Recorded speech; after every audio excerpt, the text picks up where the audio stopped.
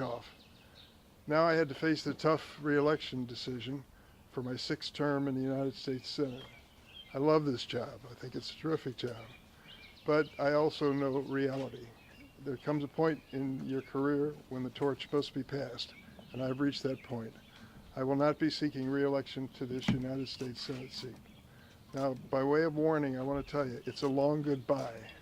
I will be serving in the Senate for a year and a half more until January of 2027, and I plan on being actively involved in the business of the Senate during that entire period of time. But I also reflect today on the reality that I will have completed the longest Senate term of any senator popularly elected in the state of Illinois' history. I'm truly grateful to the voters for giving me that opportunity, and I've tried to use it effectively. I've done this my way, and it meant making decisions based on family needs and personal needs and what I thought would serve our state well. First thing, I came home virtually every weekend. Yep, 50 round trips a year between Washington, D.C. and the state of Illinois. Many of the times I came home after going through Chicago on a Saturday and invited friends who were here to have a glass of wine on my deck while we sit there and watch the White House Correspondents' Dinner from my deck. It was a much better venue and I didn't have to wear a black tie. But I did it in my own fashion and continue to over the years. Now we have an opportunity to move forward with the re-election, the election of a new United States Senator. We're lucky we have a strong Democratic bench. I mean it. You've heard some names already. Believe me, you're going to hear more because they've been calling over the last several months and talking about the fact they wouldn't run against me, but they wanted my blessing to run. I'm not planning on endorsing any particular candidate. I hope I don't have to, but I'm not ruling out the possibility in an extreme case. I just think it's up to the voters, Democratic voters, to make this choice moving forward. Now here's the good news. I have a great colleague in the United States Senate named Tammy Duckworth. I take credit for it. I think I can prove that I discovered her. I invited her to a State of the Union address in Washington to be my guest when she was still a patient at Walter Reed Hospital, just weeks after her helicopter was shot down over Iraq. Her husband, Brian, also in the Illinois National Guard, pushed her wheelchair into my office, and I met her for the first time. She blew me away. She's an amazing, strong, principled, energetic, talented person. She'll be a great senior senator from the state of Illinois, and I know that she'll carry on in the traditions that I've tried to establish. And so I just want to thank you all for being here. I want to thank in particular this young lady who lives in this house with me. My name Loretta. We've raised our family in this house, and we've lived in this neighborhood for how many years? 47. 47 years we've lived in this neighborhood, so that's an important part of our lives too. I also want to thank the best Senate staff in the world. Thank you all for being here. They deserve their check. And now open up to any questions you might have. Senator, you said that you're not going to endorse anybody, but what kind of qualities and character would you be looking for in someone to best succeed you? Do you think would you be looking for a female candidate, person of color, or any other qualities that stand out for someone to be your successor? Well, I'm not going to set the criteria. That's for the voter to decide. And they took a risk with me. I'm a downstate Democrat. That's kind of a vanishing breed when you consider federal office, particularly the United States Senate. And many of them had never heard of me. A fellow named Paul Simon blessed me with his endorsement, and I moved forward, and things worked out for the best. Look at Tammy Duckworth's background. Asian American, veteran, what she's done as background. I mean, it's up to the voters to decide what's right and who the right person is. I'm not going to make that decision. But I am confident we are going to have a diverse group of candidates running for the United States Senate, and it's going to make a difference. What does your decision mean to retire as far as the political breakup for upstate and downstate? To follow up on what you said about downstate Democrats being a dying breed. The only thing I can say is I'm saying to everyone who is a candidate, work the entire state. Discover downstate if you don't know it. Discover the suburbs, the surrounding counties in Cook County, the city of Chicago. Come and discover these wards and precincts. That's been one of the real blessings of this job, and I'll just say it flat out. I was born and raised in East St. Louis. We raised our kids in Springfield, but I love Chicago.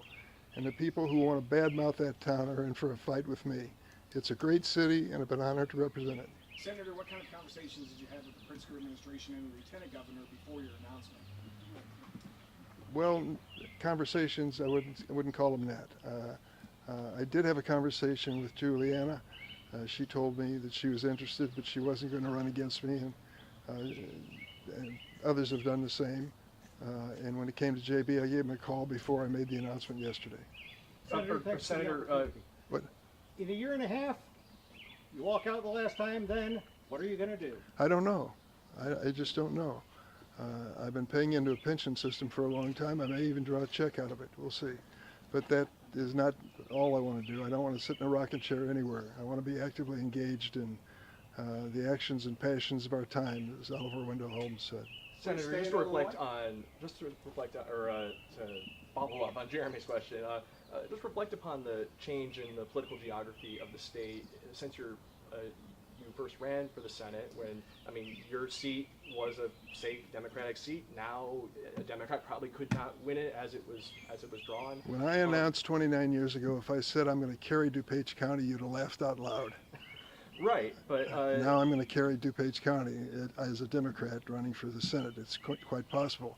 If I said to you, downstate is hopeless beyond the Metro East area and Jackson County and a few places, you'd say, what about Bloomington? And said, sorry, we're not ready. We're ready now. We've got places where we are showing real progress in the Democratic Party, building that party.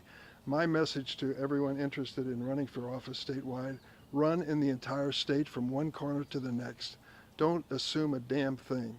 These are voters who want to hear from you and want to know if you're going to make their lives any better. Does it concern you, though, that with the majority of the electorate now in the Chicago area, in the collar counties, in Cook County, that downstate might not get the attention that it deserves without a downstate senator? I don't believe that. I think the person who is successful in running for this office is going to understand they've got to not only represent the entire state, they've got to work the entire state. And we've done that. Do you think you leaving as a downstate I Democrat? can't give you every question. Senator, how much did the national political climate, the Trump administration, play into your decision to step aside? Well, it played against my decision. The madder I got about what Trump is doing to this country and to the Constitution, the more I wanted to serve and not step aside. But I'm going to spend the next year and a half doing my best to honor the Constitution and protect it. Senator, how much is Go ahead. going off of that last question there? We've heard from Lieutenant Governor Stratton that she's already announced her campaign, and she's making it very clear pushing back against the Trump administration is going to be at the forefront of her campaign messaging. I'm sure that's going to be the case going forward. Is that a winning strategy for a Democratic primary? Well, it's an important place to start in the Democratic primary. There's an intensity of feeling about what the president has done in his first 100 days, and I share that feeling. There is an energy that you see in the rallies that are taking place around the state and around our country on a regular basis. There's an impatience. People want change tomorrow. They want to stop him tomorrow. Some of them are not realistic. We just don't have a majority in the House and the Senate. There's a limit to what we can do. But it is the starting point for any party that's out of the White House, as we will be in this next 5-year election. What do Democrats need to do to win back the majority? Because their approval rating nationally right now is not that great. Well, having a unified message is tough when you don't have a candidate for president or a president. It's kind of a chorus instead of an individual that you focus on for that purpose. But we will be unified in our message, and the person who will unify us is Donald Trump. Let me tell you, that trade war that he has initiated in the United States is going to be devastating to the state of Illinois. Go to the Farm Bureau and ask to meet with them privately. They don't want to speak publicly about this. And ask them what it'll mean if we go through with tariffs on their exports.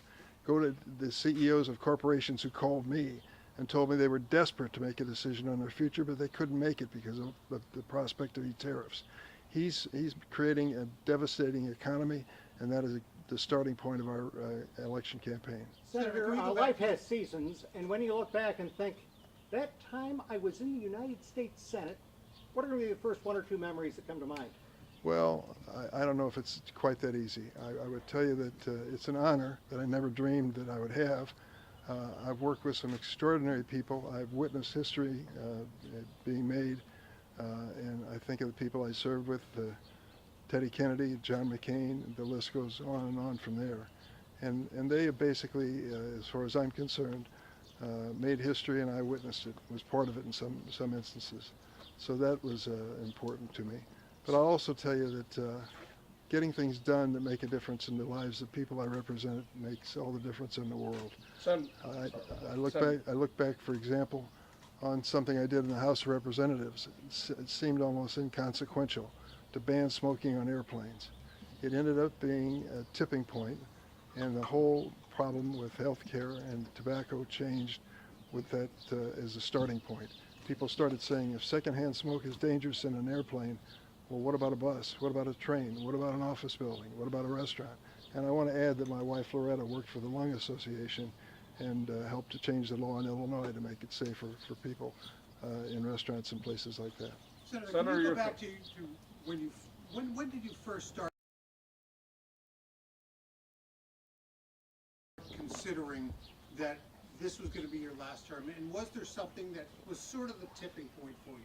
No, it just came down to this. I'm 80 years old, all right? I feel good and strong and healthy and go to work like I'm supposed to, travel back and forth to Washington every week. But I had to project forward. The campaign's going to last 2 years, and then you're going to serve 6 years. So are you ready to make an 8-year commitment? That's the truth and the reality of the United States Senate. I didn't think at this point it was the right thing to do. I think it was the right thing to pass the torch on to another generation. Do you have specific priorities for yourself, being in the minority party for this last year and a half in office? Well, I'm going to look for opportunities, but I'm going to spend a lot of time talking to my Republican colleagues, many of whom have sent me nice messages in the last 24 hours. And I'm going to beg them to stand up and fight with us to protect the constitutional authority of the United States Senate. We can't give this away. Trade, for example, I know you follow agriculture very carefully. The trade war and the decisions on trade policy under the Constitution are on the backs of Congress. We said in an emergency situation we would delegate that to the president. This president is declaring emergencies that don't exist. We don't have an emergency situation with Canada. For God's sake, it's one of our most important trading partners. And now we're going into a trade war with Canada? Is that the message of the last presidential campaign?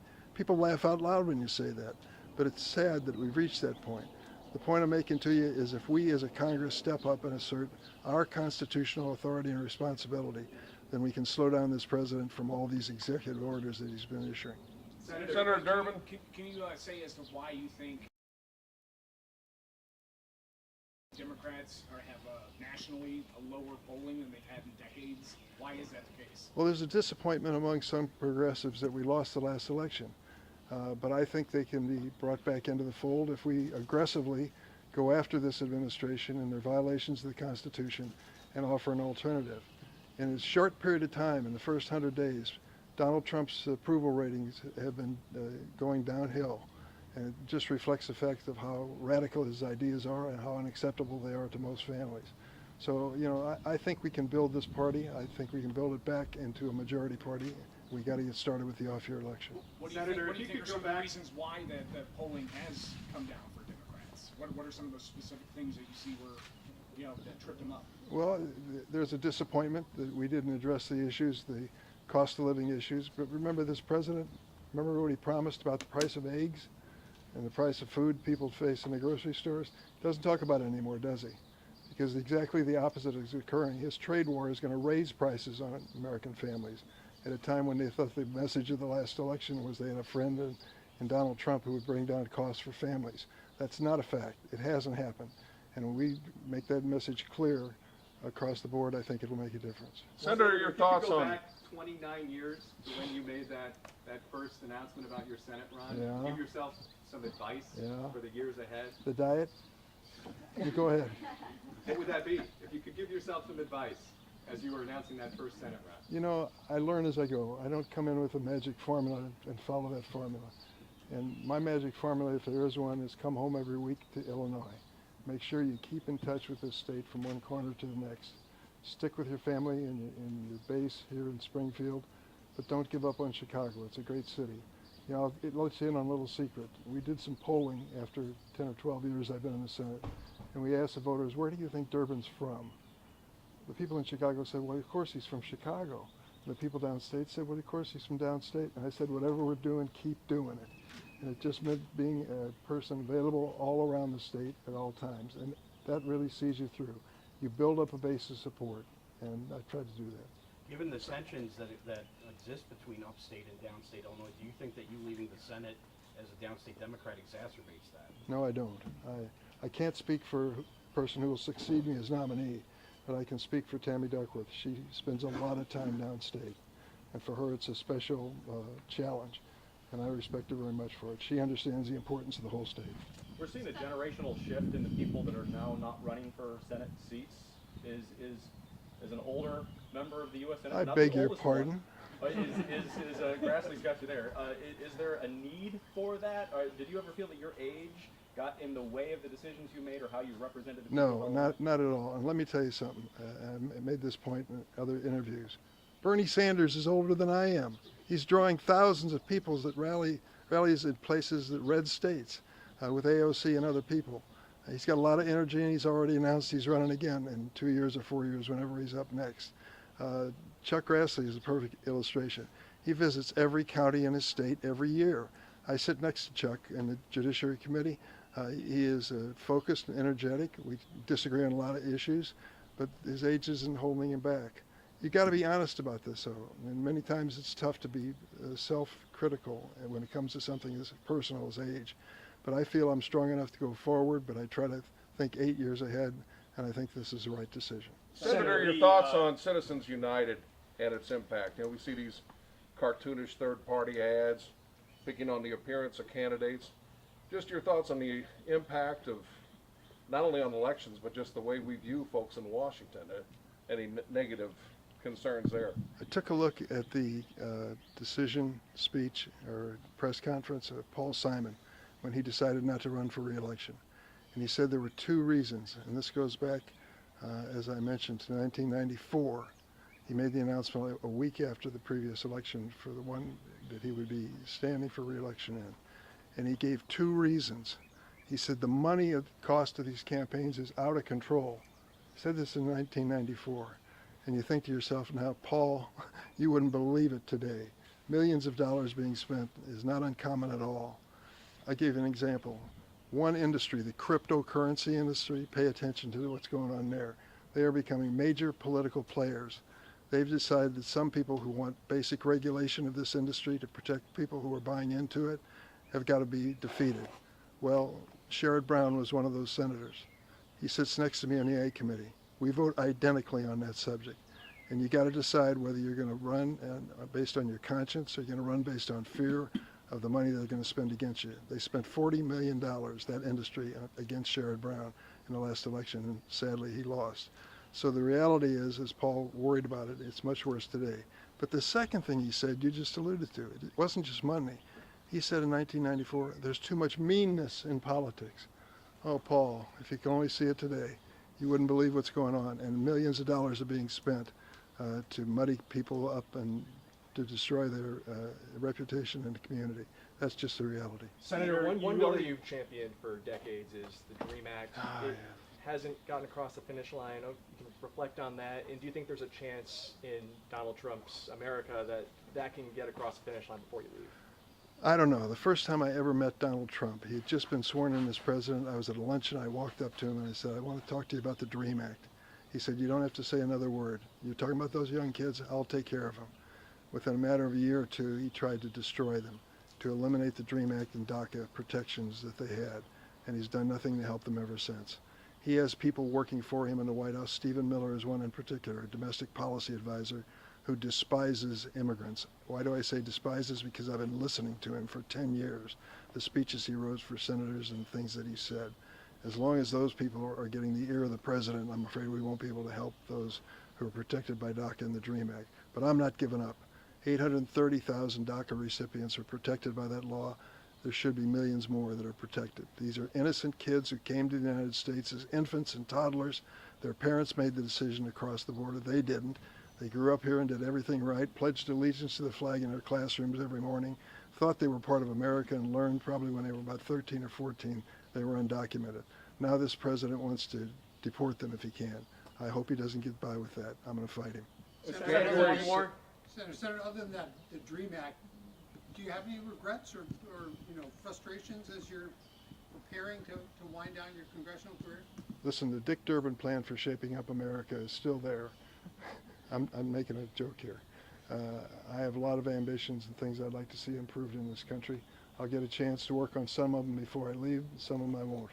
But at some point you've got to come to trust that the next generation will feel as you do and work hard to get things done. I can just tick off 10 or 12 bills where the principal sponsor came up with an idea that he couldn't get across the finish line, but someone succeeded him and did that. I've got confidence that the ideas and values that I've fought for are going to eventually prevail. I may not be at the signing of the bill, but that's not the important thing. It's important that it get done for the good of this country. Let me close by saying thanks to the media. A lot of you came a long way and sacrificed to be part of this announcement today. I appreciate your coverage over the years, and I hope I've been available as you've needed me as much as I possibly can. I'll continue to be through this election for the friends, family, and staff who've come here from around the state. Thank you from the bottom of my heart. Thank you.